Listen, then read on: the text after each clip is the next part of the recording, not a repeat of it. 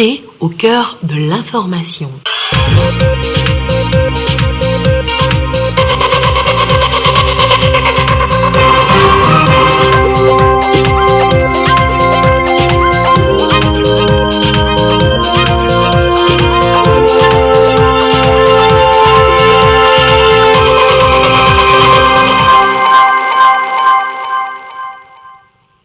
Il est l'heure du journal sur la télévision togolaise. Madame, Monsieur, bonsoir et voici les titres de cette édition. 2021 a été une année de performance pour le Togo en matière de mise en œuvre des réformes communautaires de l'UEMOA. Plus de 78% de ces réformes ont été mises en œuvre par le pays. Le gouvernement et la commission de l'UEMOA étaient ensemble ce matin pour passer au peigne fin les résultats de cette revue à découvrir dans ce journal. En matière de droits de l'homme, le Togo est également un bon élève. Ce sont les appréciations du Conseil des Nations Unies après le passage de la délégation conduite par le ministre Christian Trimois. Les détails dans ce journal.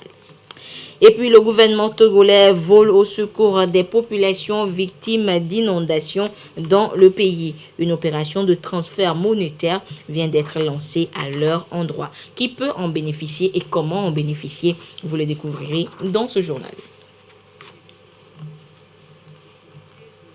Voilà donc pour les titres. Et nous débutons donc avec cette bonne nouvelle pour le Togo. En ce début d'année, le pays a passé avec brio sa revue annuelle des réformes communautaires. La mise en œuvre des réformes politiques, programmes et projets de l'UEMOA par le Togo est plus que louable. Plus de 78%. Les précisions avec Ekwe Salah. Ce document fait le point de l'état d'avancement de la mise en œuvre des réformes politiques, programmes et projets communautaires au Togo. On y trouve en détail des renseignements secteur par secteur et les actions menées à chaque niveau en 2021.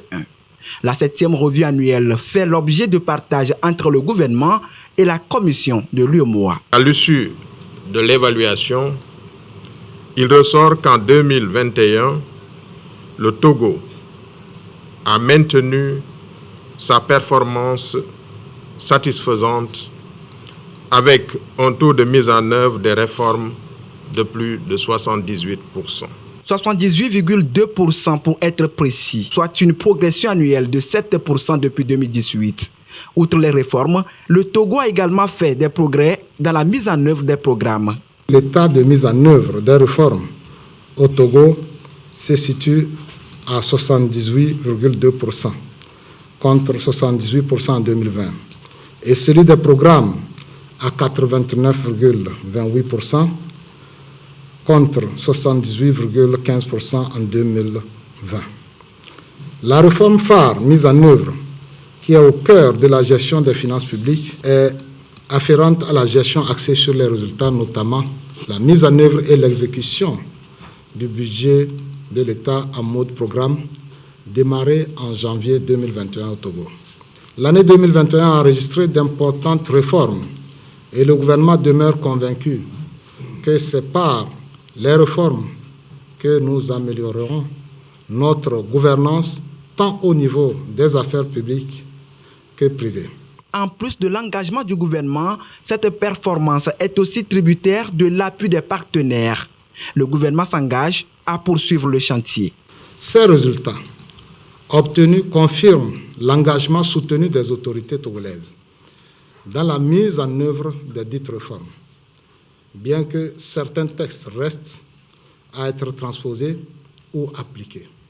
Le gouvernement togolais, sous l'impulsion du chef de l'État, son Excellence M. Faure Essouzina Gnassingbé, reste attaché à la mise en œuvre et à l'approfondissement des réformes afin d'assurer un développement économique équilibré de l'Union en général et de notre pays, le Togo en particulier, pour le bien-être des populations.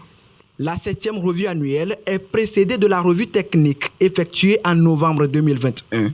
Elle est assortie de recommandations pour donner un coup d'accélérateur aux réformes politiques, programmes et projets au plan national. Et le ministère de la Santé, de l'Hygiène publique et de l'Accès universel aux soins passe également au crible ses activités pour le compte de 2021. L'exercice est un passage obligé pour pouvoir planifier et réussir la nouvelle année dans le département. Le compte rendu avec Naomi Nyonfam et Christine Pétché-Kaloudé. 240 formations conjuguent les efforts dans le district sanitaire du Golfe pour des soins de santé aux populations. L'offre et l'utilisation des soins de santé, les performances en rapport avec les objectifs fixés pour l'année 2021, des avancées sont notées sur plusieurs plans. Plus de 95% de femmes ont bénéficié de la césarienne, près de 97 ont été couvertes par les antirétroviraux durant leur grossesse. Quant aux consultations prénatales et la lutte contre le paludisme, les indicateurs sont peu encourageants. Par rapport aux activités de paludisme, le constat qui est fait, c'est qu'il y a des formations sanitaires qui ne réfèrent pas à temps. Le taux de létalité, c'est-à-dire le décès des enfants de moins de 5 ans, est un peu élevé par rapport aux objectifs que nous nous sommes fixés. Les femmes arrivent tardivement à la consultation prénatale. Aujourd'hui, on remercie Ouezou, mais il faut noter que cet indicateur que nous avons eu est venu avant l'avènement de Ouezou. Quand on se réfère à la vaccination anti-Covid, nous sommes à presque 98% de ces activités. Nous avons eu des régressions au niveau de la santé de reproduction où on se retrouve dans les 50%. En ce qui concerne les infrastructures, d'énormes efforts sont faits. Néanmoins, la nécessité de renforcer le personnel et les lits d'hospitalisation ont été relevés. L'ensemble des acteurs vont s'accorder sur les points à améliorer. Ils seront traduits en activités prioritaires dans le microplan 2022. Nous allons avoir l'image de la promotion de la santé au niveau de chaque commune. Nous allons faire ressortir les difficultés. Qu'est-ce qui a pu faire en sorte qu'on n'a pas pu atteindre les objectifs dans certains lieux. Et à la suite de ça, nous allons proposer des solutions concrètes. L'ensemble des ressources nécessaires pour l'atteinte des objectifs en 2022 seront également validées. Et santé toujours avec la situation de la pandémie au nouveau coronavirus Covid-19 au Togo à ce jour du mardi 25 janvier 2022. Le nombre de cas confirmés s'élève à 36 372. 49 nouveaux cas enregistrés depuis hier. Le nombre de personnes guéries est de 31 280. 306 nouveaux guéris enregistrés depuis hier. Le nombre de cas actifs s'élève à 4 825 et le nombre de décès est de 267. Un communiqué du ministre en charge de la Santé, professeur Moustapha Mijiawa. Autre bonne nouvelle, pour son passage devant le Conseil des Nations Unies, le Togo a reçu des félicitations et encouragements en matière des droits de l'homme. Le pays a enregistré plusieurs avancées en matière, entre autres, d'état de droit, de démocratie et de ratification des instruments internationaux au titre du 3e cycle de l'examen périodique universel. Le compte rendu avec Isidore Koubati. Le Togo, devant le Conseil des droits de l'homme des Nations Unies, a eu à présenter son rapport sur la situation des droits humains au plan national. L'exercice a permis à la délégation togolaise de passer en revue les réformes législatives en lien avec la nouvelle vision gouvernementale. Pour ce passage, au titre du 3e cycle de l'examen périodique universel, la démocratie, l'état de droit, la décentralisation, la ratification des instruments internationaux, notamment sur le droit des migrants, la lutte contre la pauvreté sont entre autres secteurs dans lesquels le Togo a fait des avancées. À l'endroit des magistrats, des agents pénitentiaires et des forces de défense et de sécurité. Dans les enseignements primaires, secondaires, techniques et de la formation professionnelle, les droits de l'homme ont désormais été intégrés au nouveau programme de formation en éducation civique et morale. Pour assurer l'égalité et la non-discrimination, la politique nationale sur l'équité et l'égalité de genre et son plan d'action, mis en œuvre depuis 2011, ont été actualisés en 2019. À partir de l'année 2018, le Togo a accéléré sa politique de promotion de la femme. Plusieurs États ont salué le Togo pour ses efforts dans le processus de la décentralisation. Ils se sont aussi intéressés à la situation des droits de l'homme dans le pays. Garantit ce droit à travers le Code de la presse et de la communication, en son article 170, qui sanctionne le délit d'entrave à la liberté d'expression. Donc, nous avons un certain nombre de mécanismes. Je peux signaler à ce titre-là le mécanisme mis en place par la haute autorité de prévention et de lutte contre la corruption et les infractions assimilées qui dispose aux déclarations. Je tiens ici à féliciter le gouvernement togolais pour tous ses efforts pour améliorer la situation de droits de l'homme dans le pays. J'encourage le Togo à continuer sur cette lancée et faire du pays un modèle dans la sous-région. Je constate que le Togo fait des efforts pour le respect des droits de l'homme.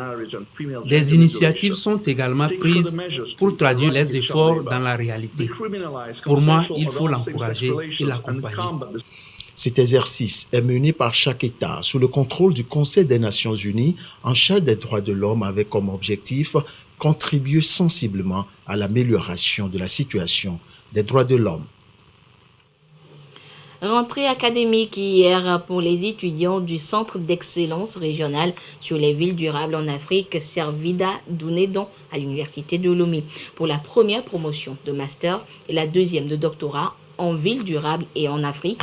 Il était question de découvrir déjà les opportunités que leur offre cette nouvelle filière. Naomi Nyonfa et Elia Gbanyadao pour le compte rendu. L'Université de Lomé continue à innover à travers la création des centres d'excellence de formation.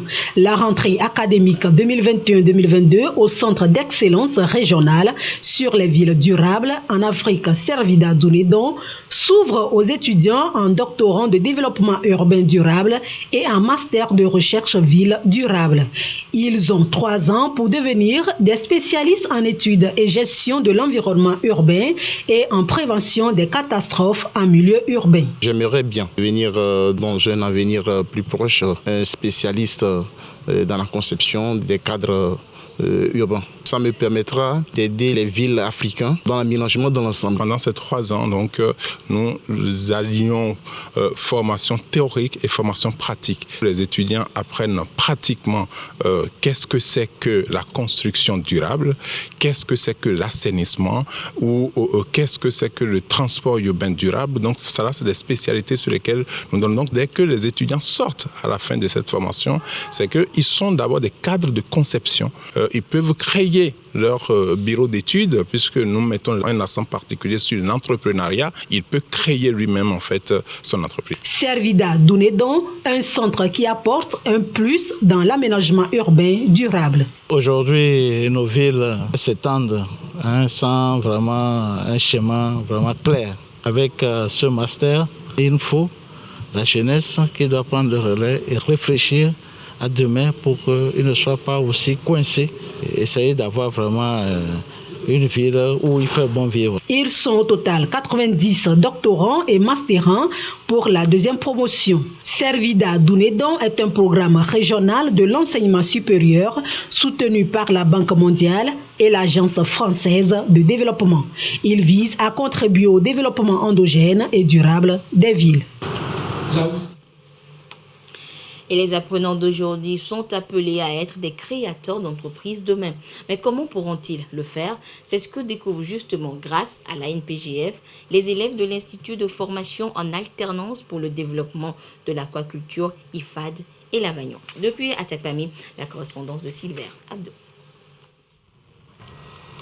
Après l'ouverture de l'Institut de formation en alternance pour le développement aquaculture IFAD et l'Avagnon par le chef de l'État en 2019, ce sont ces apprenants qui constituent la première promotion. Aujourd'hui, ils sont à la dernière année de leur formation et il leur faut des techniques managériales pour la création d'entreprises. D'où cet encadrement de l'ANPGF, Agence nationale de promotion et de garantie de financement des PME-PMI pour les outiller sur des techniques d'élaboration d'un plan d'affaires, les stratégies de recherche de financement, mais aussi sur les démarches de création d'entreprises. Cette formation revêt un intérêt capital, notamment pour les apprenants qui sont en dernière année qui vont sortir bientôt. Il s'agira, après leur formation, de pouvoir s'installer à leur propre compte. Et pour cela, il leur faut des outils pour pouvoir exercer leur activité, leurs entreprises dans les meilleures conditions, de façon beaucoup plus aisée. La vision, selon l'ANPGF, est de les aider, une fois sortis, à disposer de toutes les capacités et opportunités pour faire valoir leurs compétences et bénéficier facilement de financement pour mieux s'insérer sur le marché de l'emploi. Aujourd'hui, avant de pouvoir bénéficier d'un financement, il faut pouvoir soumettre un plan d'affaires bancable sur un projet viable. Donc, c'est important que les apprenants soient outillés également sur ces éléments. Une fois que les projets seront soumis aux institutions financières, ils puissent être financés. Les participants seront également outillés sur la gestion financière. Mais cette fois-ci, elle sera spécifique, ça sera une gestion financière calquée sur l'aquaculture, leur domaine de prédilection, leur domaine de formation. L'implantation de cet institut par le gouvernement togolais est de disposer de ressources humaines capables de développer et promouvoir le secteur halieutique et dépendre moins de l'extérieur en poissons. Après l'assistance alimentaire, le gouvernement togolais met désormais de l'argent à la disposition des sinistrés des inondations de l'année dernière. Et c'est à travers l'opération transfert monétaire. L'opération a été lancée ce mardi à Adjamé, dans le canton d'Agouegan. Nous y reviendrons dans nos prochaines éditions.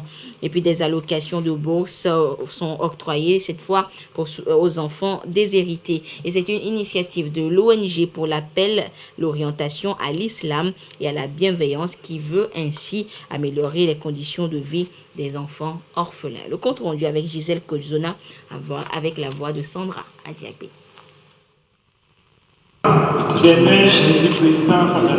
Sans distinction de sexe ni de religion, ils bénéficient chacun d'une allocation de bourse ici octroyée par l'ONG pour l'appel l'orientation à l'islam et à la bienfaisance.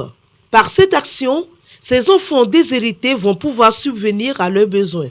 Je suis contente parce que AOIB m'a donné mon allocation de bourse. Je suis très contente de ce don qu'il nous fait parce que ce don nous aide beaucoup dans nos études, à la maison. On remercie Dieu pour tout. Une fois encore, je me rejoins à notre équipe pour remercier le Croissant Rouge d'Émirats Arabes Unis pour ses bienfaits. Cette allocation peut servir aux enfants dans leur éducation, épanouissement. Des actions que l'ONG AOIB, en collaboration avec ses partenaires, effectue depuis 2003 sur toute l'étendue du territoire national. Offrir du sourire à ces enfants est un engagement renouvelé cette année par l'ONG afin d'améliorer davantage la condition de vie de ces enfants déshérités. Les orphelins ne vont pas rester orphelins toute leur vie. Ils ont besoin d'aller à l'école. Ils ont besoin de vivre. Ils ont besoin de subvenir à leurs besoins. Et après l'école, ils ont besoin aussi de participer à la vie active. Donc c'est pourquoi l'ONG AOIB a pensé à eux. De 27 en 2003, ils seront cette année 3623 enfants à bénéficier de cette allocation de bourse. Coût total, plus d'1 milliard de francs CFA. Vous avez l'habitude d'emprunter les bus de la Sotrale, et bien désormais, vous le ferez encore plus confortablement. Le parc auto de la Société des Transports de Lomé s'est agrandi de 22 bus flambant neufs. Un geste du gouvernement togolais à hauteur d'1,138 milliard de francs CFA. Sandra Agbotier, Marie-Ange Bida.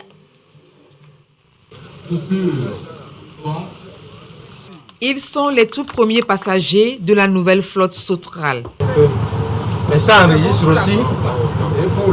Membres du gouvernement, partenaires biélorusses et autres acteurs. Un parc automobile neuf mis à disposition pour le transport urbain. 1,138 milliard de francs CFA déboursés pour ces 22 bus fabriqués en Biélorussie. Ces bus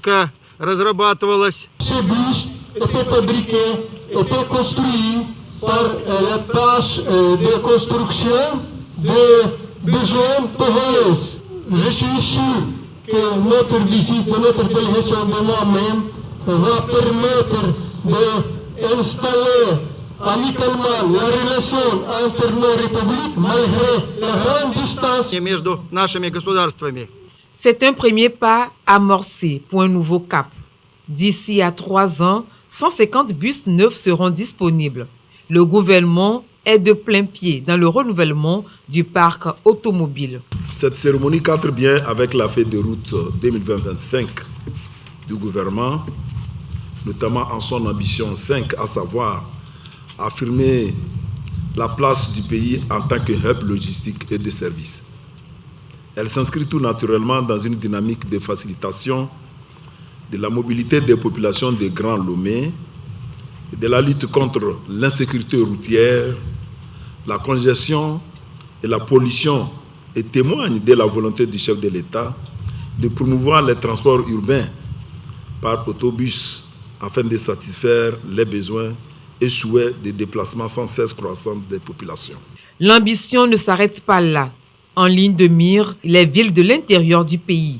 Elles pourront bientôt disposer aussi de transports urbains. Et vous découvrirez donc les avantages de ces nouveaux bus flambant neufs dans nos prochaines éditions.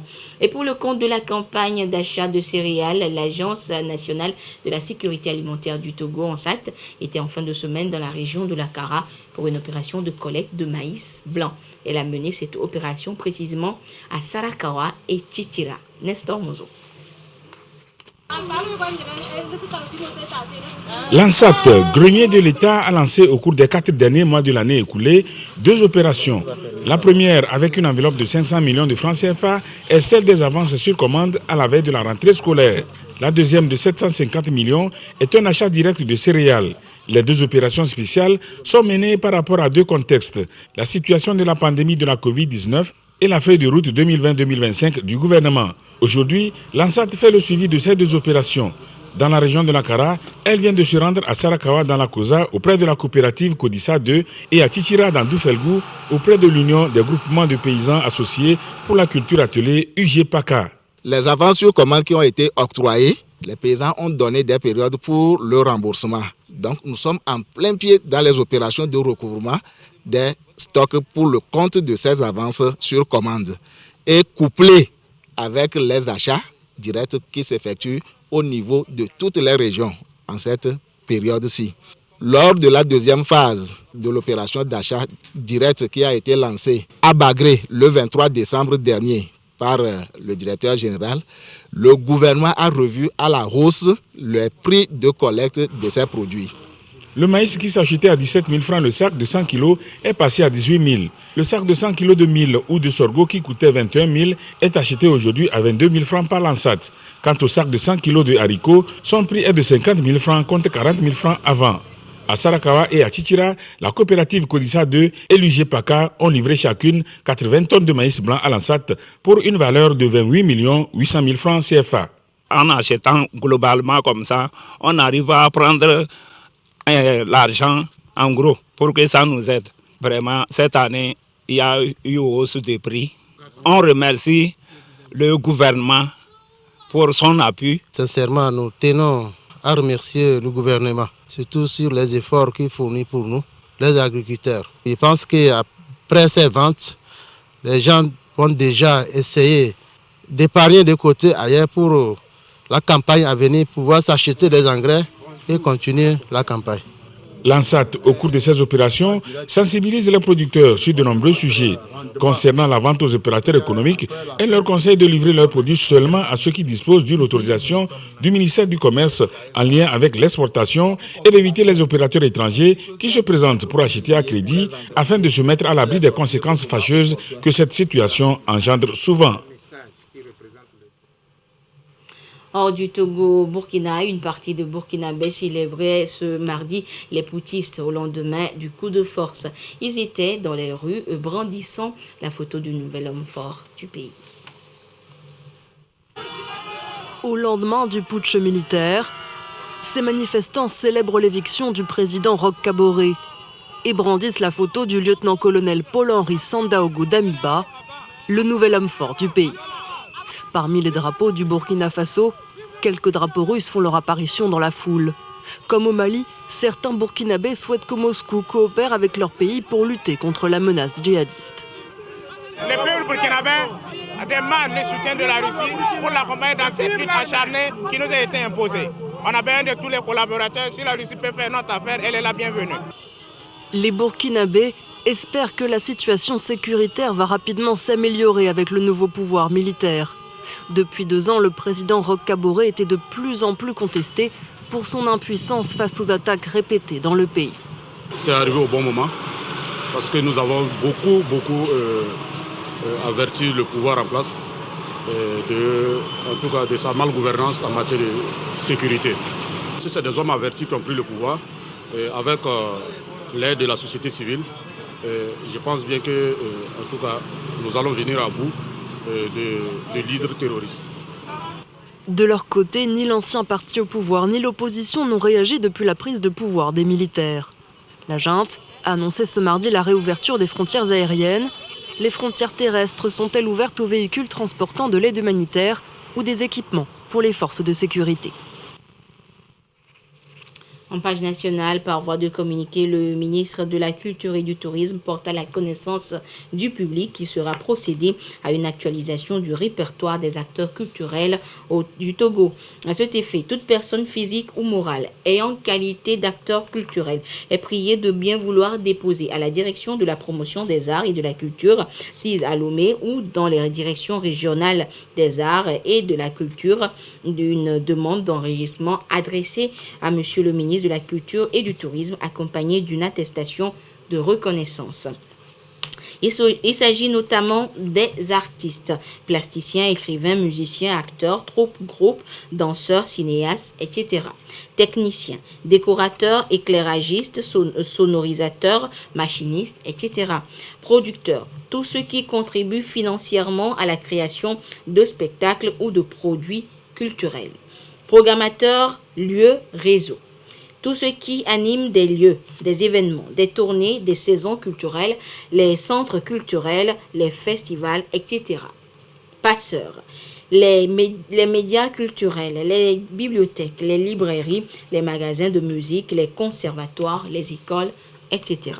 Il est à noter que le dépôt peut être effectué par voie physique à la direction de la promotion des arts et de la culture DPAC, ou dans les directions régionales des arts et de la culture DRAC, ou bien par voie électronique sur l'adresse dpactogo@gmail.com ou plus tard le 28 février 2022. Pour toute information complémentaire, vous pouvez contacter le numéro de téléphone le 91 96 0208. Un communiqué donc du ministre en charge de la culture, Dr Kossi Lamadokou. Actualité sportive à présent, d'abord avec cet accord qui lie désormais le ministère des Sports et Plan International Togo. L'idée est de promouvoir le sport féminin dans notre pays. Antoinette Romain-Ovovor pour des précisions. Une nouvelle ère pour le sport féminin togolais. Un accord de partenariat scelle la coopération et la collaboration entre Plan International Togo et le ministère en charge des sports pour 5 ans. Il s'agit pour les deux entités d'œuvrer ensemble pour la promotion du sport féminin et de contribuer à l'émancipation de la jeune fille. Nous souhaitons que les filles gagnent sur les terrains de sport, mais également qu'elles puissent gagner en termes d'autonomie, en termes de leadership et en termes d'une citoyenneté affirmée. Et donc cet accord de partenariat va nous permettre d'encore mieux collaborer avec le ministère des Sports et Loisirs, de mobiliser ensemble des ressources, de lancer des programmes innovants qui vont contribuer à la promotion du sport féminin au Togo. L'accord intervient en la Journée internationale du sport féminin. L'engagement, c'est d'amener la jeune fille, les femmes, à s'adonner aux activités sportives surtout et le football en particulier. Cette journée est célébrée pour la première fois dans notre cher pays avec pour ambition d'accorder une attention toute particulière à la pratique des sports par la gente féminine togolaise, de réfléchir également aux réponses à apporter aux défis auxquels les jeunes filles sont confrontées au quotidien et de briser les préjugés dont elles sont victimes. Le sport, source de cohésion sociale. Plan international a compris. L'institution accompagne le championnat scolaire au Togo. Et puis le résumé des matchs disputés donc ce mardi pour le compte de la CAN 2021. Le Sénégal s'est qualifié pour les quarts de finale en battant le Cap-Vert par 2-0. Et le Maroc aussi a reçu son quitus pour la suite en battant le Malawi par un score de 2-1. Et le match de quart de finale de l'équipe camerounaise est déplacé sur un autre stade à Yaoundé. Et c'est la décision après qu'au moins 8 personnes aient perdu la vie hier en forçant les grilles du stade Olembe au Cameroun, peu avant donc le match Cameroun-Comores. Et le président de la CAF exige une enquête pour situer les responsabilités. Suite à la bousculade avant le match entre les Comores et le Cameroun lundi soir, le président de la Confédération africaine de football exige une enquête. Au moins 8 personnes sont mortes en forçant les grilles du grand stade d'Olembe à Yaoundé avant le coup d'envoi et 38 individus ont été blessés. Il faut mettre en place une commission pour enquêter immédiatement sur ce qui s'est passé, pour savoir qui était censé faire quoi et qui ne l'a pas fait. And in that context, to find out who was supposed to do what and who did not do. Et nous voulons leur rapport d'ici à vendredi. We want that report by Friday. La Coupe africaine des Nations a commencé le 6 février. Face à des gradins vides lors des premiers matchs, les autorités camerounaises ont distribué des billets gratuits. There is zero tolerance. Il y aura zéro tolérance sur des situations qui peuvent entraîner des blessures et des décès au stade. Could result in people being injured at the stadium or people losing their lives. La CAF organise la compétition avec le pays hôte, le Cameroun. Le stade de 60 000 places a été construit spécialement pour cette occasion. Pour éviter les risques d'infection au Covid-19, une jauge de remplissage avait été instaurée, mais elle était augmentée quand l'équipe nationale jouait. La sécurité de chaque spectateur est notre priorité. Évidemment, avec le Covid, nous nous sommes concentrés davantage sur les règles sanitaires. Le quart de finale prévu initialement à Olembe sera déplacé dans l'autre stade de Yaoundé. Et rendez-vous donc est pris demain à 16h pour le premier match de la journée qui opposera la Côte d'Ivoire à l'Égypte. Et voilà, ainsi se referme cette édition. Merci de votre fidélité à la télévision togolaise. Excellente suite de nos programmes. Au revoir.